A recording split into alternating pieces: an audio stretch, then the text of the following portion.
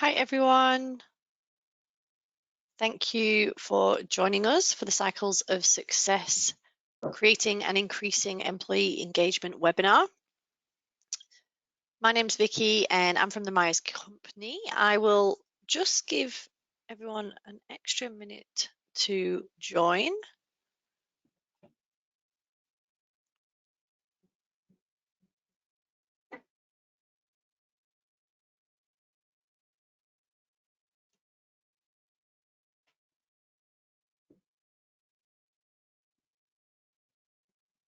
So today's webinar will run for about an hour.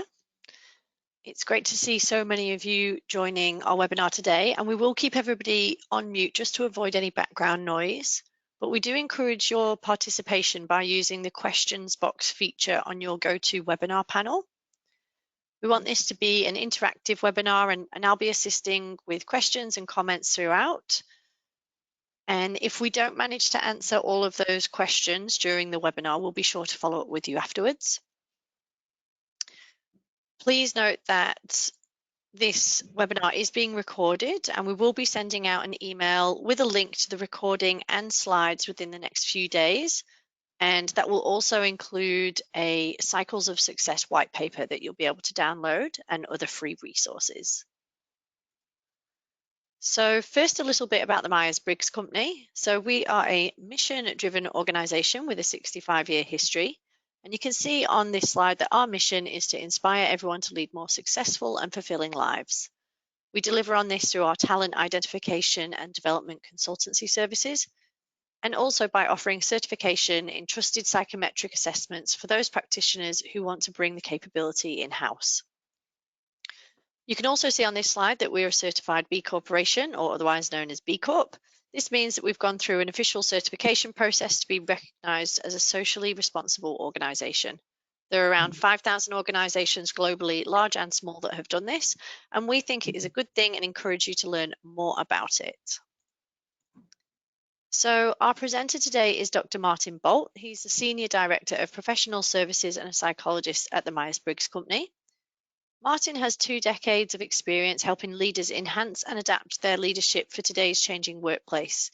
He's engaged by businesses in Australia and internationally to support executive and middle management leadership development. He also works as a faculty member for executive MBA programs. He's been a guest on ABC's Radio National This Working Life podcast and also on the Myers-Briggs Company podcast, where he shares insights for leaders. Today, he's going to be sharing insights from research and our client work about how to attract, develop, and equip your valuable people in an era of new opportunities and challenges for both employers and employees. Just a reminder that everyone who has registered for this webinar will receive an email in the coming days with notes, a recording, and free resources. And with that, I will hand you over to Martin. Great, thank you, Vicky, and welcome everyone who's joined. I think I was just going to switch on my camera and hopefully that's come on very briefly, just to say hello and welcome to the session, and great for those of you who've joined live, and some of you may be picking up on this during a sort of recording, as Vicky mentioned, that we'll record. So I won't keep my camera on the whole time. It might get a bit distracting for everyone, but just to really give a bit of a quick overview of what we've got planned for our session. So we'll start the session by sharing some insights, both from research and from our work with clients, about what are some important trends that are influencing how people grow and develop in the workplace. We'll take you through the talent management life cycle process that we work with and use as part of our work with clients. And we'll dig into the sections around important things to understand around employee selection and assessment, how you can use the cycle to better inform decisions around training and development and how that plays out around employee engagement. We'll also look at some issues relating to how you help employees align their development with performance and how that ties back to retention of talented people that you may want to have in your organization. And then we'll also look at succession planning and what that not only means, but also what are some things that might help prepare employees and the organization for having effective succession planning. Now, we did want to get some thoughts from yourselves or some insights from yourselves. So we're actually going to ask you to jump right in and participate in a live poll that we're going to have here. And so thinking about the talent, the different stages of an employee talent life cycle, what we're going to ask you to do is select the stage of the life cycle that you're most interested in, or it could have been the thing that's got you thinking about what you would like to focus in on in our webinar today. So the options there are employee selection and recruitment, or training and development, the performance management phase, or succession planning. So I think Vicky has launched a poll, and I might just, Vicky, when you think you've got some answers coming through or you've got some responses that you can share, it'd be good to hear what's top of mind or what's got people interested out of those key topics. Yeah, great. Thanks, everybody, being very quick off the mark. So we've got 9% employee selection and recruitment, 36% for training and development, 33% for performance management, and 22% for succession planning. Great. All right. Well, yeah, thank you, first of all, for everyone to jumping in and nominating your interest there. And if I've heard it correctly, Vicky, it sounds like the training and development, performance management came out, there we have the results, came out of areas of greatest interest. Some people also looking at the succession planning and also the employee selection lower in the cycle. So that's great. That gives us an understanding of maybe what's piqued your interest or brought you here today. So before we talk about the talent management life cycle, it's probably worth keeping in mind some context things, context issues that organizations are faced with, that workers are faced with. And if we really pause at this point in time here in 2023, what are some things that we need to be aware of? So first of all, there are residual changes and things still changing for the workplace, resulting from a number of years with the COVID pandemic. Whilst I guess we're seeing a lot of people starting to settle into a new rhythm, there's no doubt there is still some changes flowing through organizations and how people interact with work. Technology is an ongoing factor in our work lives, and really probably what we're seeing and experiencing top of mind is there's a gradual and fairly rapid introduction of looking at how artificial intelligence will be playing a role in organizations and the workplace, as well as automation. And in particular, for the last 2 or 3 years, a whole new set of new expectations have arisen, both from employees, what they are seeking or expecting from a work or a career experience, what they might expect from an employer, and also employers are coming with some new expectations as well. So these are things that I think it's fair to say for many organizations and for people we're still navigating, and there's probably haven't landed on some final answers there and may never land on final answers given that change is underpinning all of those factors. But when we now look at what is some latest research, and we tended to focus in on our part of the world and some research conducted by the Australian Human Resources Institute. This is recently published results from their quarterly Australian Work Outlook survey, and what they found was 46% of employers at this point in time are planning to increase staff numbers in 2023, with only 16% of organisations planning redundancies. So there's quite a positive sign around organisations still needing to find and grow and have people joining their organisation. With a further point, adding to it, 69% of organisations are actually planning to recruit in the second half of 2023. So again, there's going to be high demand to find people and probably a fairly competitive demand. And from those organisations that are planning to recruit, 47% were actually experiencing difficulties hiring people, just not finding the right people or even having enough people applying. Some other research that's quite topical from this year by ELMO in their employee sentiment survey. What they were also identifying is, from an employee perspective, what are the top priorities that influence their choice about an employer. So we sort of rank ordered the top 5 that came out of a longer list, but you can see at the top of the list, remuneration and benefits. So it's almost like a hygiene factor.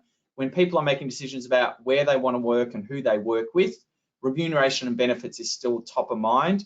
But as we get further into the list, you can see stability of an organisation, and that might be actually pointing to people are looking for some security around who their employer is. That could have to do with even some uncertainty that's sort of being communicated in the media around the economy. Jumping into that third place there, flexible and remote working. And this is one of those newer expectations that's really emerged coming out of a couple of years of working in remotely during that pandemic phase. So many employees are really looking for a higher degree of flexibility than what was maybe the case a few years ago. And employees are also assessing the culture in the organisation. What is it like to work in that place? Whilst they might be able to perform that particular job in multiple organisations, they're actually starting to ask questions about how their needs, their preferences, their values fit with the organisation's culture. And you can see ranked in equal place there, they're also determining whether the commute is workable or appropriate for them. And then the fifth area, the most important area, was career development. So a lot of employees are expecting not just to have a job, but really to have an opportunity to grow in their work and their careers with their employer. So that's some things, I guess, for organisational leaders and decision makers to have in mind, but also it gives a sense of where some of the talent that organisations are looking for, what they might be prioritising. Now, we too have been asking our clients that we do work with as to what are their needs and priorities, particularly in 2023. And this kind of insights are coming from those in senior HR or the HR director role, as well as CEOs who we've been working with. And a common theme that we're seeing as priorities is having employees and people who are within an organisation either building or re-establishing commitment to the shared goals, the shared purpose of that organisation. And some of that seemed to get diluted, particularly during the critical phases of the pandemic, where a lot of people were working remotely, and also a lot of organisations went into survival mode rather than looking too far in advance. So now is a point in time where organisations are really trying to get clear about purpose and goals and having people joining in on that. We also found that we're doing increasingly a lot more work around helping co-workers, in particular teams, building psychological trust and safety with each other. And again, that's come a lot about from hybrid working, where the contact that people have between each other is probably not as regular as what it was pre-pandemic. The leaders are also of organisations are also looking for further development to equip them to lead in the current workplace environment. And again, workplaces are working a lot more in a hybrid way. Also, leaders are having to manage different expectations of employees as they come back into either remote work, into in-person work. The point 4 there is that there is a growing awareness and a focus on organisations providing a place where people feel supported and that their well-being is being considered as part of their work life. And also we're seeing that there's a strong focus on creating workplaces where people feel psychologically safe to speak up, to share their thoughts, their concerns, to take calculated risks to improve the situation. That's also needing to be balanced with accountability. Accountability around what needs to be done, accountability around goals and contributing. And finally, we're also hearing from our clients that a number of them have a need to find new people and are struggling to find the right people for the roles, but also retaining people within their organisation who perform critical roles, because now there are a range of opportunities for some of those highly sought after job professionals who might be able to find work in other places. So that's, I guess, a blend of some of what survey research and what we're seeing coming through. So this brings us to considering people's careers around a talent management life cycle. And when looking at how to improve organizational effectiveness and organizational performance, it can be very useful for organizations, particularly leaders, to map out the different concerns around what people and talent are expecting or needing at different points in the life cycle. So here you can see the talent management life cycle that we work off and that we use as a bit of a frame when talking it through with clients. And this comes from research, from C2 research, as well as our experience of helping individuals, teams, and organizations as they navigate the talent life cycle. So the first phase is really, how does your organization go about attracting the best people, the kind of people that you need and want to have work in your organization? Then the next phase is the employee selection and assessment phase, where organizations are making decisions about who's the appropriate people to hire for job roles, for the culture, but also prospective employees are assessing the organization, saying, is this a place I want to work? The onboarding place is where people, once they've been selected, are getting an opportunity to be introduced to how to best work in that work environment. Once people have been enrolled for a period of time, a lot of employees are now looking for how do they build their commitment, their engagement to the organization, and that's where training and development plays a big part. And when it comes to having employees lift or shift their focus or working towards agreed goals, it's what sort of development needs to be in place at that point in their career.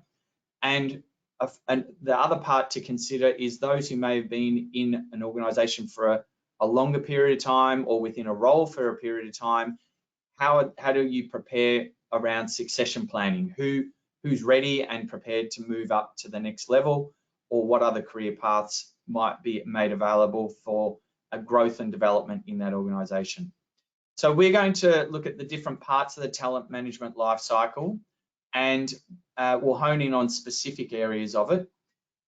What I'll also share with you is some of the solutions, both assessment and learning solutions, that can be useful at different stages of the talent management life cycle that the Myers-Briggs company offers and represents. So you can see here there's a range of assessment models and frameworks, starting with the Myers-Briggs type indicator, the MBTI, which will look at how that plays a part in an understanding of personality type and where that fits in the cycle. We'll also touch on the FIRO, which looks at interpersonal needs and how that affects work relationships. The TKI is a measure of different conflict styles, and that can be used to help navigate and deal with managing conflict effectively in an organization. The CPI and the 16PF are both personality assessments that can be used in the selection and development phase. We'll look at that. The STRONG assessment is designed for career planning or career guidance work. The EQI will look at how that understanding of emotional and social intelligence skills becomes important in the talent management process. And finally, for those looking around the leadership development and succession planning phase, we'll look at how the Centre for Creative Leadership's benchmarks assessments contribute to that. So when we think about people and careers, and you may even want to think about your own career, what is quite interesting is how we looked at careers 30 plus years ago is very different to how we look at careers and how organizations view careers in a life cycle. One of the biggest changes is people are spending more of their life in their career because our lifespans are extending, and indeed the current generation who have entered into the workforce can potentially expect to live to 100 years of age on average, which means there's a lot more years available around career. And that's very different to 30 years ago when people really were still considering that the wind down of a full-time career occurred as people got into their mid to late 60s. So that really means that employees and employers really need to look at the career life cycle over a longer period of time, but there will be different expectations at different phases. For example, employees who are new to looking at their career might actually be wanting to have a variety of career experiences that have a common thread running through them. So whilst a person might start their career in a particular area of knowledge or expertise, it's most likely over a long career, they're going to need to expand their knowledge, their skills and experiences, but potentially with a common thread. For employers, it means looking at how they can meet and develop their people wherever they are in the employee life cycle. So as we have organisations that are increasingly having a wider range or a more diverse range of people at different career stages, it means that leaders and in particular the HR professionals who are helping plan the workforce development need to be mindful of where people are at different stages in the talent management life cycle. So what I'm going to take us through is really focusing on the areas of what are some ways to best work with the hiring or selection phase, how to help engage or maintain your employees feeling engaged with their work, how to develop employees who are looking to grow and stretch, and how to prepare people around that succession planning work. The attraction and onboarding phase are important parts of the process, but these are things that tend to be more individualized for each organization. So let's start with the selection and assessment phase when it comes to finding who are the best people to work for your organization, or how do you go about getting a good match. And what we do know is amongst many human resource professionals who often carry the biggest load around recruitment and selection responsibilities, matching candidates to jobs based on their ability to handle job-specific challenges is crucial at that selection phase. But also it's important to find out what candidates themselves are seeking from a job role or from an employer.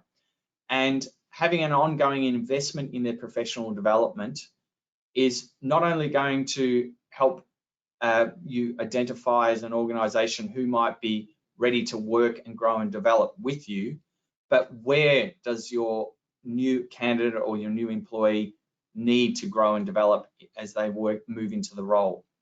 So this is where the hiring phase becomes really crucial, and finding objective ways for the employer and employee to ensure, is there a good fit between the two? Some interesting research from SHRM, the International Society for Human Resource Management, found that 83% of HR professionals still have continued to have trouble recruiting suitable candidates in over a period of time. Now, this research dated back to 2019, but similar reports are coming back through even this year in 2023. Some common reasons why HR professionals found it were finding it difficult to hire suitable candidates. A couple that stood out for us was, first of all, competition from other employees, and related to that is the low number of applicants or the lack of interest in advertised job roles.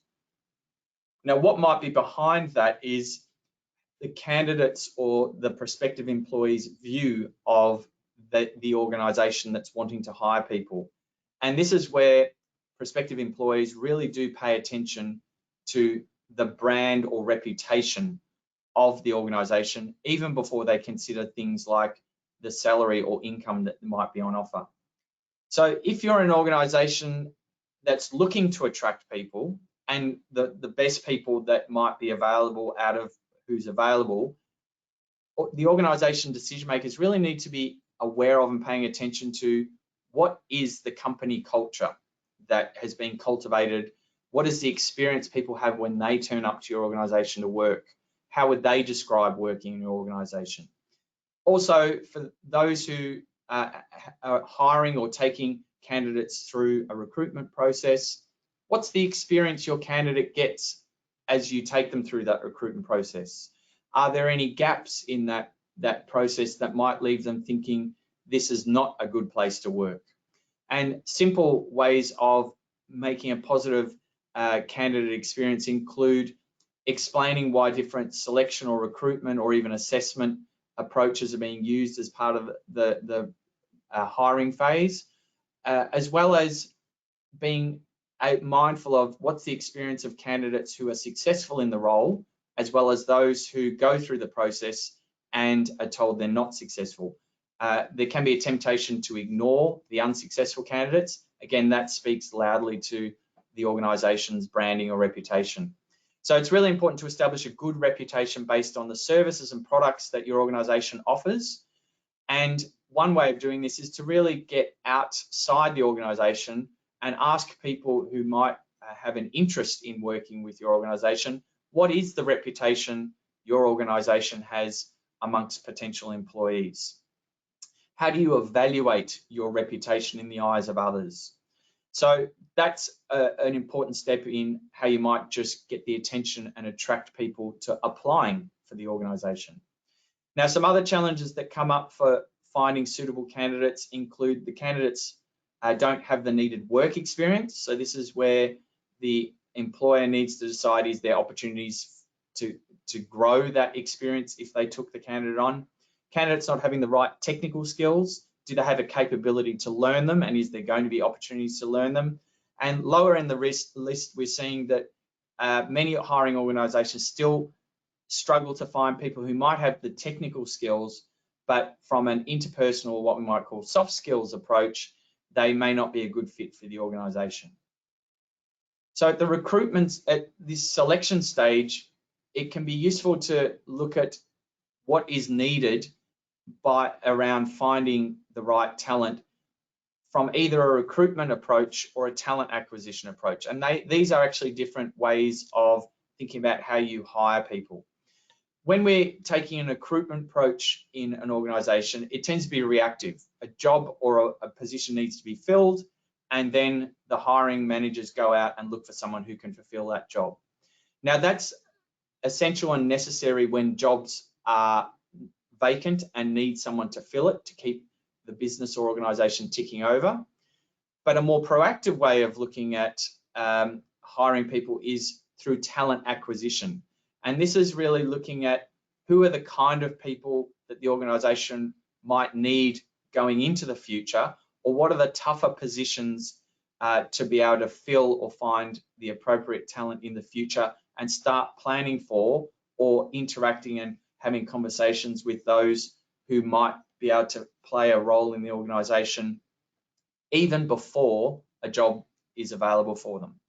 Now, to help inform both the recruitment approach and the talent acquisition approach, a lot of our clients find it really helpful to use assessments to inform decision making.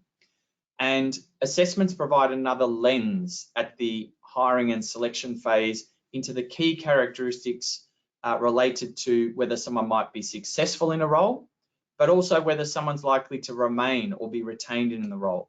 And a lot of that has to do with increasing the likelihood of finding the right fit between the person, the role, and the organisation. Now, in the selection stage, what we found is there are some fundamental areas that it's good to get an objective assessment of potential candidates. It's also helpful for the candidates to get an objective assessment of themselves and to see how that fits with the organisation. So these are three broad psychological domains that we often provide support and assessment to organisations that are in the hiring or selection phase. First of all, you need to understand what are the abilities, the intellectual abilities, skill abilities of the candidate, and how does that fit with the job role. Getting an understanding of the candidate's personality, where their preferences and motivations sit with respect to the job role and the workplace culture. And increasingly, we're finding that more roles require candidates to be successful in being able to work collaboratively, to be able to interact consciously with others in a way that supports productive work relationships. So this is where emotional intelligence skills become important. So what are some ways we can actually assess these particular dimensions? So first of all, there are a range of different intellectual and problem solving, or what are better known as cognitive ability measures. The ones that we use are called the metacognitive assessment series, and they measure people on some fundamental intellectual skills that are relevant for a wide range of professional and non-professional job roles. So this gives the hiring organisation a sense of what the candidate's current capabilities are, how much time or structure they might need learning new skills or knowledge, or how their level of ability matches the complexity of the role. And a nice feature of these particular assessments is it also, as part of the testing process, asks the candidate to rate their own ability. And that gives a good window into whether a candidate has a realistic appraisal of their abilities, or whether they overestimate or underestimate. And that can inform both selection decisions or the onboarding approach. When it comes to exploring and looking for valid ways of looking at personality at the selection stage, here are two very well-established, reliable and valid measures of personality that can be used for recruitment and selection. The first is the CPI 260, which is a personality measure that has been used for decades in recruitment selection as well as leadership development work, and the 16PF, also a well-regarded and has many years of research and application in recruitment and selection. And you can see down the middle column there the kind of areas both these assessments provide objective information to the hiring organisation, but also the prospective candidate. So it gives a quick read of how a person's likely to exercise relationship skills, the level of achievement drive and what kind of conditions a person's motivated, how they might respond to change and adaptability and resilience, what's their approach to managing their own behaviour and responses with things like policies or taking calculated risks, decision-making preferences, and if a person's been considered for a leadership or management role, it provides insights into their typical way of doing that. And for those who are not looking to be appointed into a management or leadership role, there's also profiles that give a very individual picture of how they might contribute to the organisation in a specialist role. Now, these assessments provide insights that can add to the other part of selection and recruitment, which includes interviews that may be conducted, job profile exercises as well.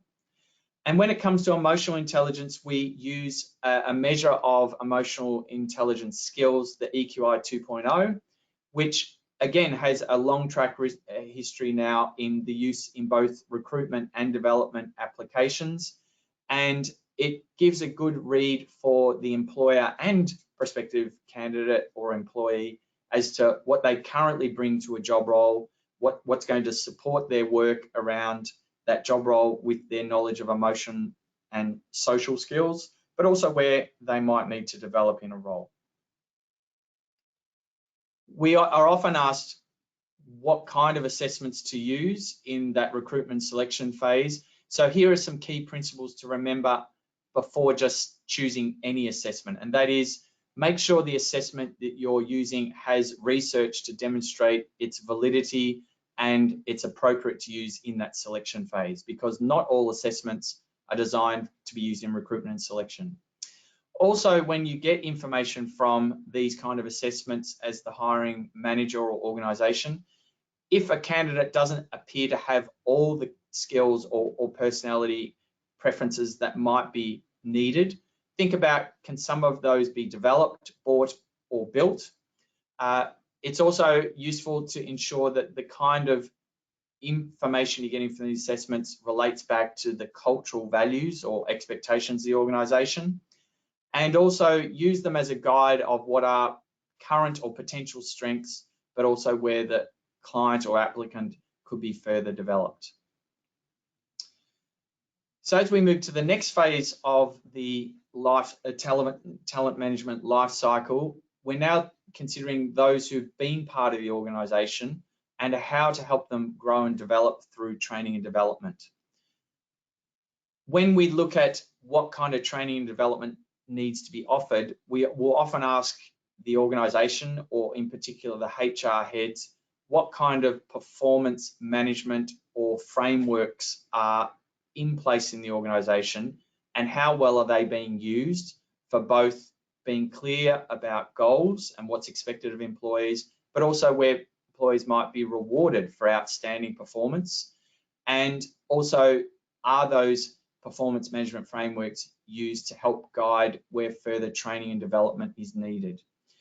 Organisations that use their performance management goals and objectives for both managing performance but also training and development have a better alignment between what employees are asked to do, but also why they might need to engage in training to build their capability. And so this is a factor that does impact the engagement of employees. And engagement can be different, or what influences engagement can be different at different stages of an employee's career. So early in an employee's career, they're often looking for opportunities to build on their fundamental training skills or education. That's where opportunities for mentorship become crucial. And we're in fact hearing more and more from those in their 20s and even early 30s are putting their hand up looking for experienced people within an organisation to give them some opportunities to be mentored. They're also looking for work that allows them to move across projects and adds to their skill set. So employees who are actively engaging in the development will be asking their employer for different opportunities to grow and develop. It doesn't always equate to a training course. It could be workplace experiences that add to that development, but more often than not, there needs to be an awareness of what kind of skills and competencies those early career employees need to add to their toolkit to help them navigate their career into the next phases. Then there are other individuals in your organisation who will have been there for quite some time, and they're looking for other training and development opportunities. And this is for them to grow in a professional way, either to refine what they've already been doing or to expand their skill set for more complex roles. So ideally, organisations can help meet employees' needs whilst also meeting the business goals or what the organisation is needing from employees. When some thought and consideration is put into both what the organisation is needing and what the employees are expecting, that's when we see there's a good alignment between people feeling that they are engaged in what they're doing, as well as the organisation benefiting from their employees contributing to the goals and offering full commitment. So what are some ways to build on that engagement and full commitment? One of the key features that keeps coming through in research that affects people's engagement is, do they find meaning in the work or the workplace that they're currently engaged in? Meaning becomes an important part for employees because most of us can do our particular job in a wide range of organisations, but why does a person choose to do that job in your organisation? So what are some ways you can help identify what it is that people find meaningful in their work in your organisation?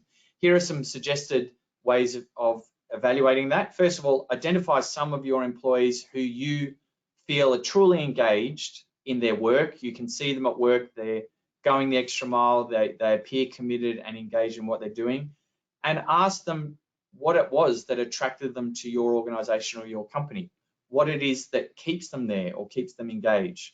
Once you've collected some trend data and some feedback from those particular employees, share it with other employees or managers and ask them to use that as a way of exploring what do other people in the organisation find engaging. So the sorts of questions that could be included either in a survey or an informal discussion is, how would you characterize the relationship between the level of meaningfulness in your employees' work and employee engagement? What do you find meaningful in your work? And again, we all might have different answers to that, but there'll be some trends or themes. And how can you help your employees and the organization increase the meaningfulness in the work environment? And that's where we found a lot of employees can be quite forthcoming on that point. So there are some suggested questions you might like to explore within your organization with your employees. But another factor that influences what people find meaningful, rewarding, and satisfying in their work has to do with their personality. And again, we've thought about personality in a few ways here, but at its core, our personality refers to the habitual ways in which we think, feel, and act on most occasions. Now, we know from research and experience that a person's personality influences what they find motivating and satisfying in work. It can also directly point to what they're going to find demotivating or dissatisfying. It can help understand how different people prefer to interact with their co-workers, how they prefer to make decisions or the different decision-making styles. When it comes to learning and development, how they respond to change. And when an employee finds themselves in a moment where they're feeling stretched or potentially in a challenging, stressful situation, how they are likely to experience or manage their stress.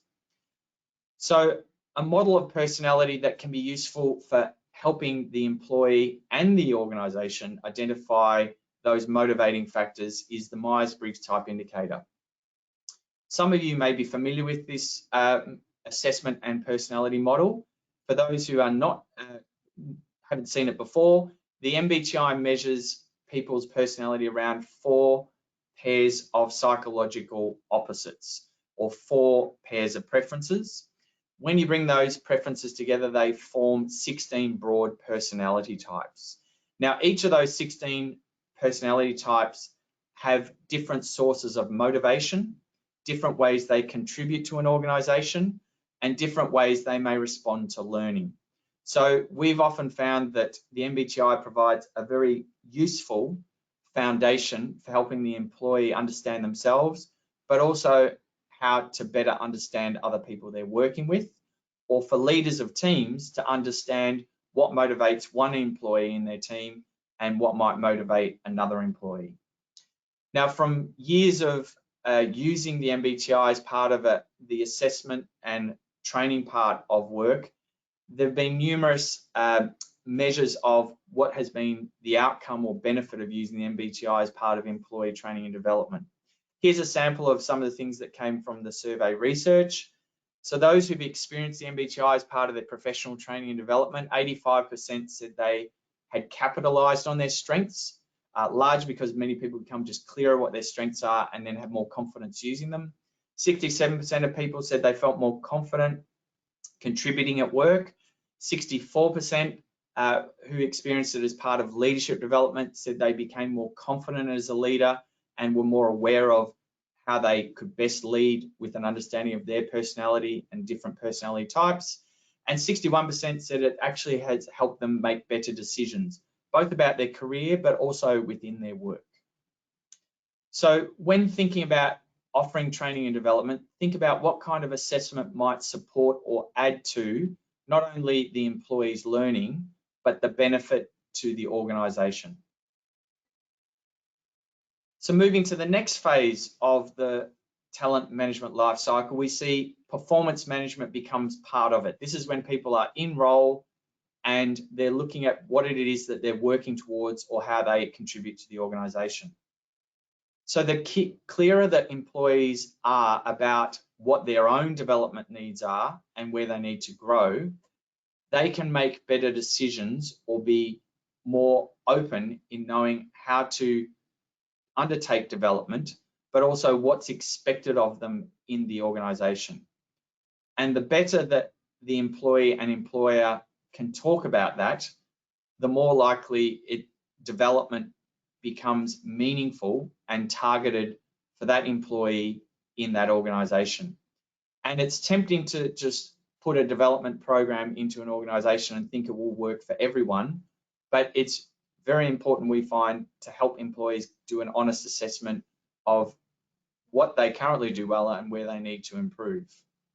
So focusing on how you can maximize opportunities for your current and future employees is crucial, not just for their current role, but their long-term career, and also the likelihood that an organization retains its top talent. So employee engagement isn't only about meeting day-to-day needs in a job role. It's also about thinking about what your employees are working towards or where they're wanting to see themselves in their career. And we found organizations that take a bit of a set and forget approach with their employees. That is, they see their employees who are quite successful in a role and leave it at that without exploring what are some next levels or what are the areas that that employee wants to grow and develop. A lack of that exploration can impact retention. And before you know it, you may be losing some of the valuable people from your organization because they don't see a long-term career. This is where retention is heavily influenced by how included a person feels in their workplace. Now, there is a growing body of research around inclusion in the workplace and many factors around diversity, around different skills and background impact inclusion. But when we surveyed our clients as to what are the things that help them feel included at work, here are the sort of the responses that came out. Someone's mentioned that they felt, when they felt respected for who they were, they felt included. Another person reported that when they felt included by co-workers or their manager, that gave them a sense of belonging. For another person, it was that they could be themselves in the workplace and not pretend to be someone that they're not. Another was the person talked about having opportunities to participate and contribute to what they were doing, being involved in decision making, and also being respected for and accepted for what they shared around their views. So all of these factors can impact whether your employees feel included or even belong in the organization.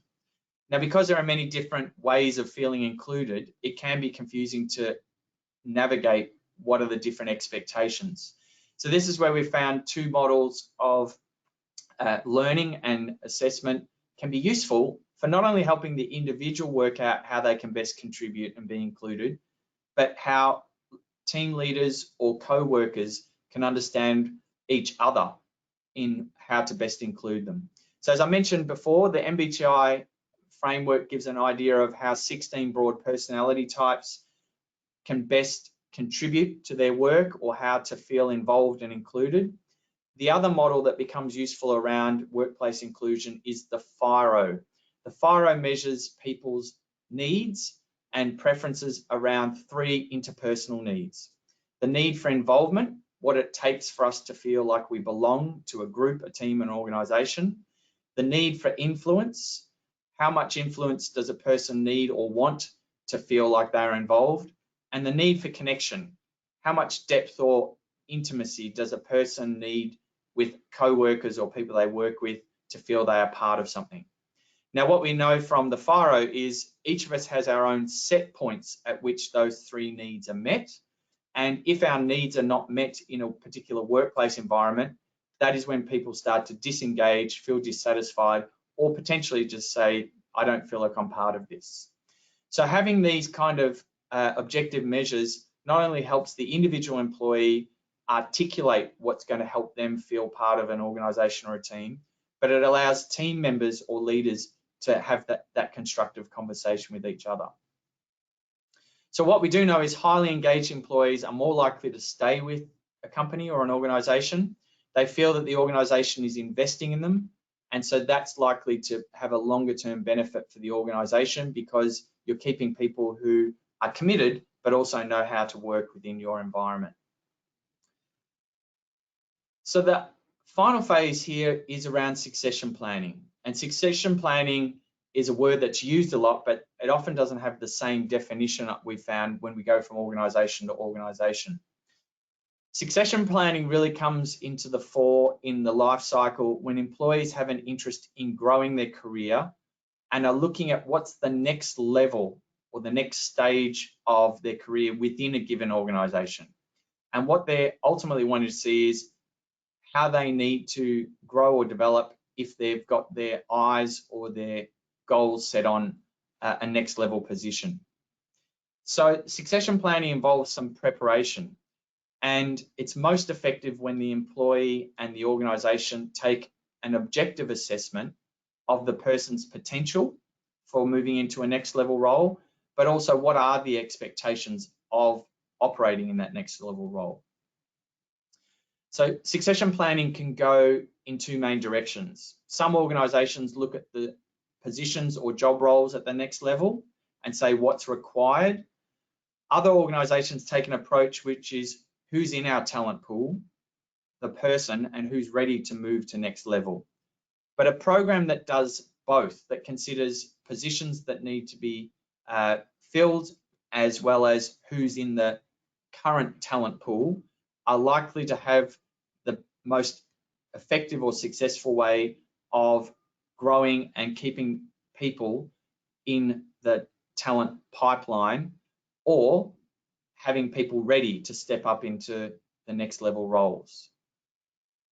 Now, we've found that over the years of supporting or helping organizations design and build objective succession planning programs, there's often a step that gets skipped, and that is which employees are actually psychologically ready to take a step in succession planning.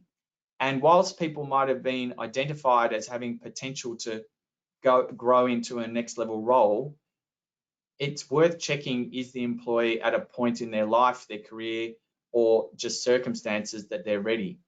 So really think about with succession planning out of your employees and have a conversation about who is actually comfortable with change, because succession planning will involve stretch and an employee stepping into territory that they may never have encountered before. Who is interested in learning new skills, and do they have the headspace, the time to actually invest in that? Are they accepting of uncertainty? And are they able to adapt to multiple work environments and leaders? Because succession planning will expect people to try things that they've not done previously. Now, for succession planning, it's often preparing people for leadership. These might be people who have not yet led before, but will for the first time, or it could be very experienced leaders who need to move from leading teams or departments to enterprise-wide leadership roles. So an approach that we often work with in organizations to help them not only design but also facilitate succession planning is to look at a leadership development process. And what we've mapped out is important fundamentals that those preparing to go to next level leadership roles need to be aware of and to use as part of their learning. The first stage is helping a leader understand who I am and who I'm not, what I prefer doing, what I do differently to others. This is where the assessment model, the MBTI, is a very powerful way of building that awareness for a leader early in that succession planning stage. The next part of leadership development is how does the leader engage or naturally interact with the people they're leading. So this is where the FIRO gives the leader a very quick insight into what they might do too much of, not enough of, or probably an appropriate amount around interpersonal skills. Then it's important for leaders to understand how their personality shapes their motivation to keep learning or to grow into more challenging roles. And this is where the CPI, although it can be used in recruitment and selection, can also be used in this development phase. And the final and potentially most challenging step for leaders in their growth and development is how do other people experience me as a leader? This is where 360-degree feedback, where a leader asks for feedback from people senior to them at the same peer level, direct reports and others, that really shapes their awareness of how they operate as a leader, what they're currently doing well, but where they might need to grow if they're stepping into a more senior role. So that gives you a bit of a picture of the assessment sequence, but it's not only about assessments. What is important around succession planning is that if you're asking people to grow into leadership roles, that appropriate time, resources is made available for learning, both in groups, learning one-on-one through coaching support, where leaders can explore the challenges they're facing, but also apply the learning, and job assignments.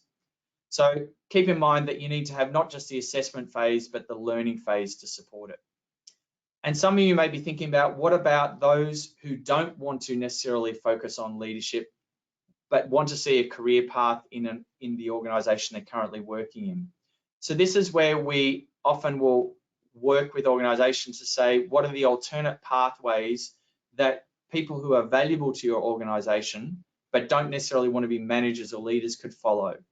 So on screen, the left-hand pathway is the typical succession planning pathway for those seeking leadership.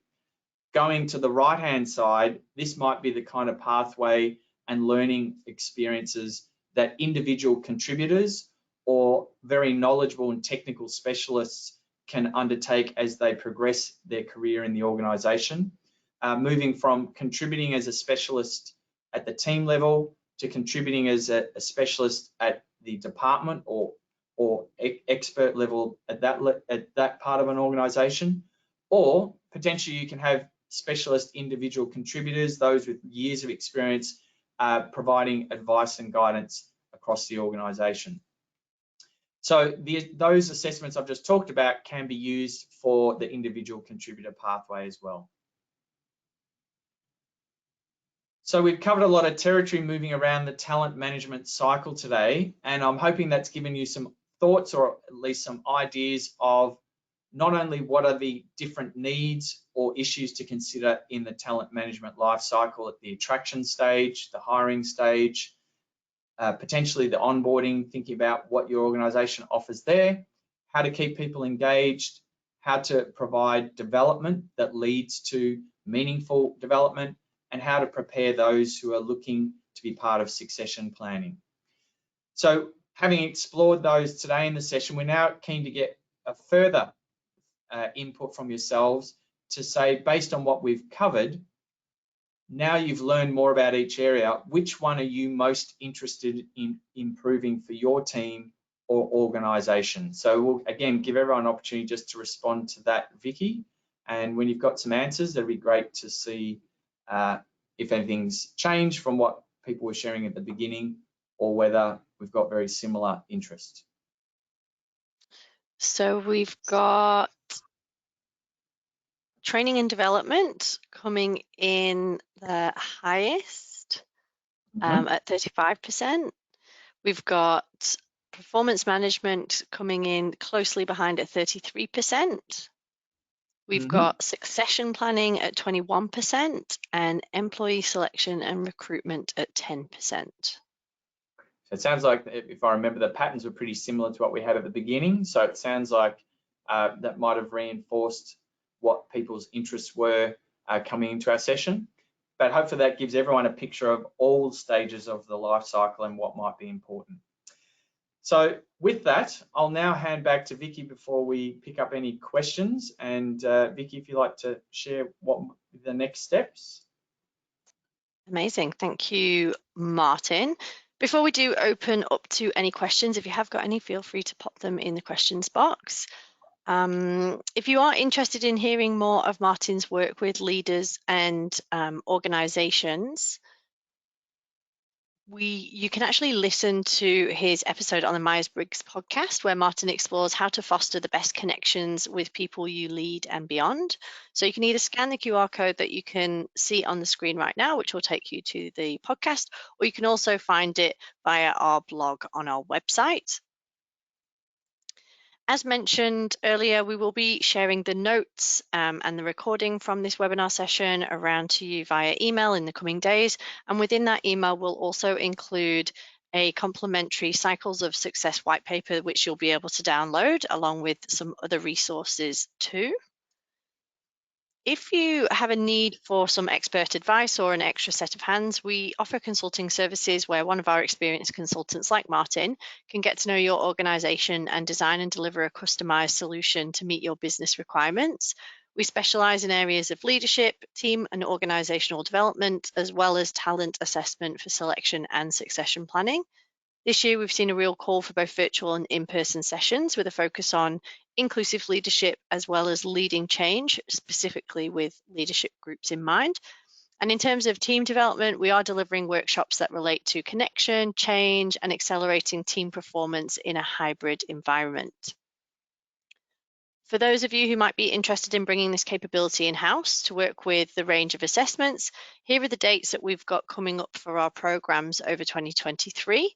And these are all really helpful in terms of leadership and team development. These include the MBTI certification program, as well as programs for emotional intelligence, 360-degree feedback, and career counseling. So you can learn more all about these programs on our website and dates. And yeah, you can also enroll via the website too, if that is something you feel called to do so. Now, in terms of questions, we are a little short on time, but we'll maybe squeeze one in. Sure. Can the personality assessments be used for recruitment and succession planning, Martin? Okay, good to get that calibration. So first of all, each personality assessment needs to demonstrate it's designed for a particular purpose. Again, from its research, two of them that I mentioned earlier, the CPI and 16PF, can be used and in fact are designed for that selection and recruitment phase. They also have appropriate use when you get into that leadership development or even personal coaching. Whereas the assessments like the Myers-Briggs type indicator or the FIRO are not designed for recruitment and never should be used for that. So they're more geared around, once people are in a role in an organization, how to help them grow and develop around their work with teams, co-workers, or as a leader.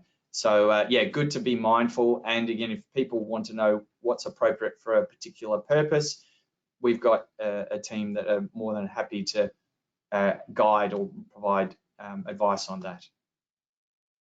Amazing. Well, we are out of time, but just want to say thank you very much for everybody who's joined us today. Thank you for your participation in the polls. And we will obviously be following up with an email with links to notes and the recording. And thank you, Martin, for the presentation. Thanks, Vicky, and thanks everyone for joining.